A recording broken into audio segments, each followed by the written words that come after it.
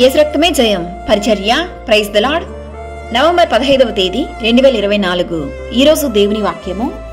వస్త్రహీనుడు నీకు కనబడినప్పుడు వానికి వస్త్రములిచ్చుటయు ఇదియే గదా నాకిష్టమైన ఉపవాసము. అలాగున నీవు చేసిన ఎడల నీ వెలుగు వేకువ చుక్కవలే ఉదయించును. స్వస్థత నీకు శీఘ్రముగా లభించును. నీ నీతి నీ ముందర నడుచును.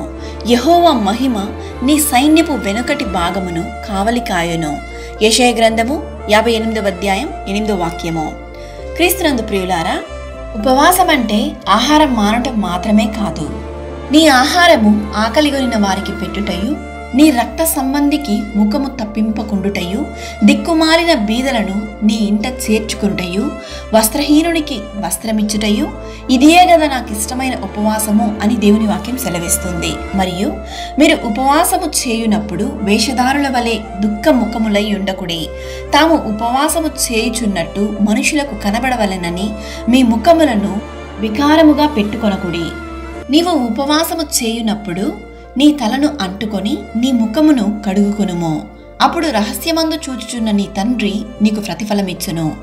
మీ చుట్టూ ఉన్న వారి కొరకు, మీ దీవెనల కొరకు దేవుని సన్నిధిలో ఉపవాసంతో మీరు ప్రార్థించినట్లయితే ఖచ్చితంగా మీ ఉపవాస ప్రార్థనను దేవుడు ఆలకించి మీ జీవితంలో గొప్ప కార్యములను చేయును. ఉపవాస సమయంలో సమయాన్ని వృధా చేయక ఆత్మతో నిండిన వారై దేవుణ్ణి ఆరాధించండి. అనేకుల కొరకు ప్రార్థించండి. పరిశుద్ధ వాక్యమును ధ్యానించండి. మీ ఉపవాస ప్రార్థనను ఆలకించి దేవుడు మిమ్మును ఆశీర్వదించి దీవించును గాక. ఆమేన్. God bless you.